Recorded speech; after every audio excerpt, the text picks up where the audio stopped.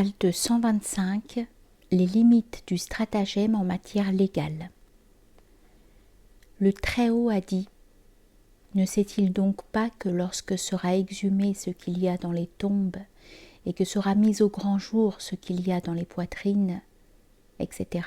Sourate 100, versets 9 et 10. Les tombes, ce sont les corps humains qui sont les tombes des esprits, car tout ce qui cache quelque chose devient la tombe de ce qui l'occulte. La tombe du sabre, c'est son fourreau. L'exhumation, c'est l'extraction et l'exposition de ce qui était enfoui dans ces tombes après la mort. Pour ce que nous avons en vue, cette exhumation doit être entendue dans un sens plus général que la seule situation de l'homme dans le monde intermédiaire, lors de la résurrection et du rassemblement. Dans ce dernier cas, il y aura sélection des bonnes et mauvaises œuvres qui seront séparées du corps et distinguées les unes des autres.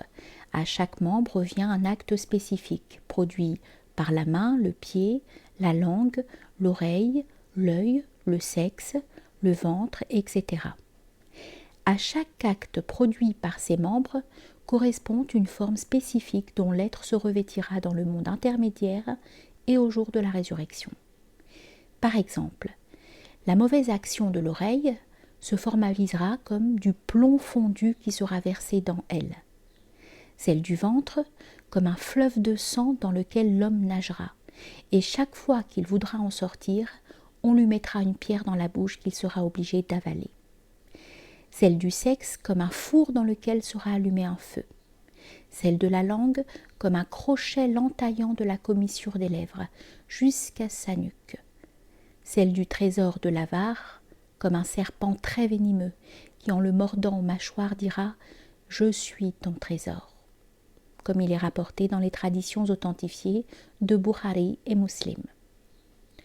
Tous ces actes mauvais étaient, durant la vie d'ici-bas, des accidents liés aux agissements des corps grossiers dont ils étaient des attributs. Après la mort, ils deviennent des corps subtils du domaine intermédiaire, par lesquels celui qui agit goûte la félicité ou le châtiment, ainsi que le dit le Très-Haut, et vous serez rétribués en fonction de ce que vous faisiez. Sourate 36, verset 54. Et encore, il les rétribuera selon leur qualification.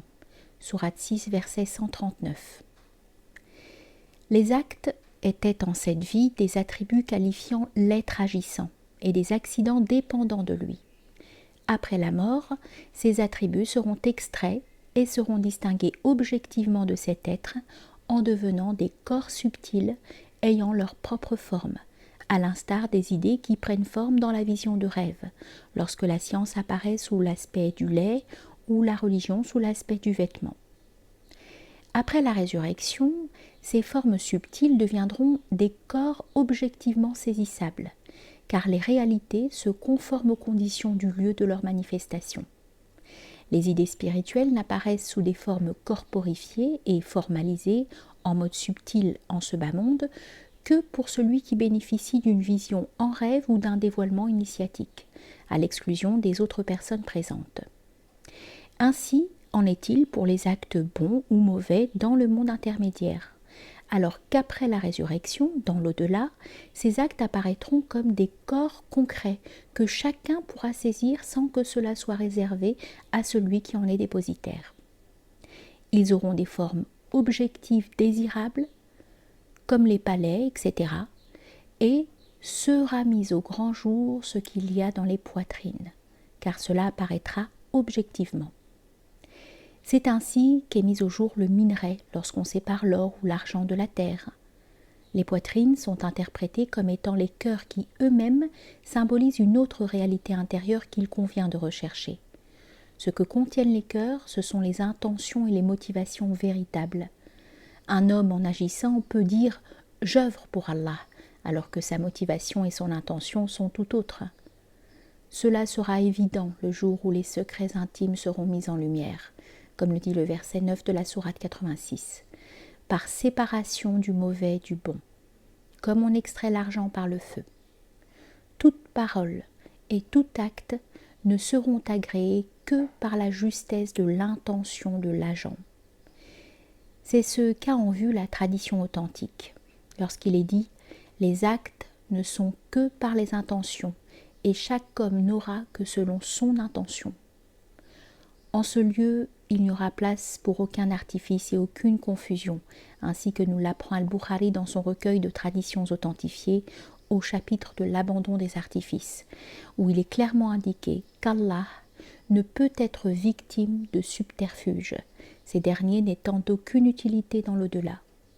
Sachant cela, il n'y a rien de plus étonnant d'entendre un savant de la loi affirmer que l'obligation de la zakat est levée pour un homme qui veut y échapper en faisant don de ses biens à sa femme avant l'expiration de l'année, et qui s'imagine que cela lui sera utile au jour de la résurrection. Par Allah et par les musulmans, un croyant peut-il tromper son Seigneur ? Cela ne pense-t-il donc pas qu'ils seront ressuscités pour un jour terrible, comme le dit le verset 4 et 5 de la sourate 83 ? Non, par Allah, cela ne peut émaner que de ceux professant que Dieu ne sait que ce que nous manifestons extérieurement et ignore ce que nous cachons. Lorsqu'ils tentent de se cacher dans leurs vêtements, ne sait-il pas ce qu'ils cachent et ce qu'ils montrent ? Sourate 11, verset 5. Si, il le sait. Une telle ruse peut éviter le châtiment en ce monde et permettre d'échapper aux requêtes de l'autorité temporelle, ne connaissant que l'apparence des choses à partir de laquelle elle peut juger. Il n'en est pas de même pour l'autorité suprême qui connaît le secret et le caché, et qui juge tant les choses intérieures qu'extérieures. Il est exclu, totalement exclu, que ces prescriptions puissent être annulées par artifice ou par tricherie. Si au moins le tricheur à l'égard d'Allah accomplissait son acte en étant convaincu qu'il est dans l'interdit et la transgression, ce serait meilleur et plus avantageux pour lui, dans la mesure où l'on peut espérer de sa part un repentir et une demande de pardon, car dans ce cas, faire quelque chose d'interdit en étant convaincu que c'est illicite peut être un bien immense donnant lieu à une grande récompense. En ce qui me concerne, j'exclus que les deux imams, Abu Hanifa et Shafi'i, qu'Allah soit satisfait d'eux, ont professé que l'on puisse rendre caduques les prescriptions de Dieu par la tricherie dans l'au-delà. Une telle position est impensable venant de ces exemples de la bonne guidance. Je suis persuadée qu'ils disaient que l'on ne peut contourner que les réquisitions du pouvoir temporel. C'est ainsi que les hommes de réalisation spirituelle shafi'ites comme El-Razali ont affirmé que Shafi'i interdisait l'emploi du stratagème en matière légale. Dans une vision, je me suis vue dans une assemblée en train de débattre de la science du droit, des juristes et de leurs innovations et inventions dans l'ordre des stratagèmes permettant de satisfaire les désirs et les passions des cœurs malades.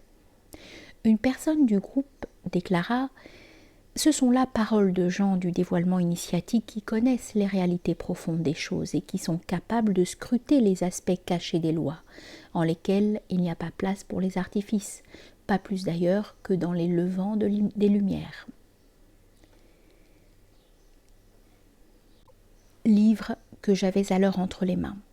Je lui dis à mon tour « Cette tradition du prophète élu ne contient rien de tout cela, pas plus que ce livre d'Allah, inaccessible aux faux par son devant ou par son arrière. » Quelqu'un d'autre ajouta « Il n'y a pas parmi les sciences une science plus éloignée d'Allah que celle du juriste, usant d'artifices vis-à-vis d'Allah, qui connaît leurs secrets et leurs conversations confidentielles, comme le rapporte le verset 78 de la sourate 9.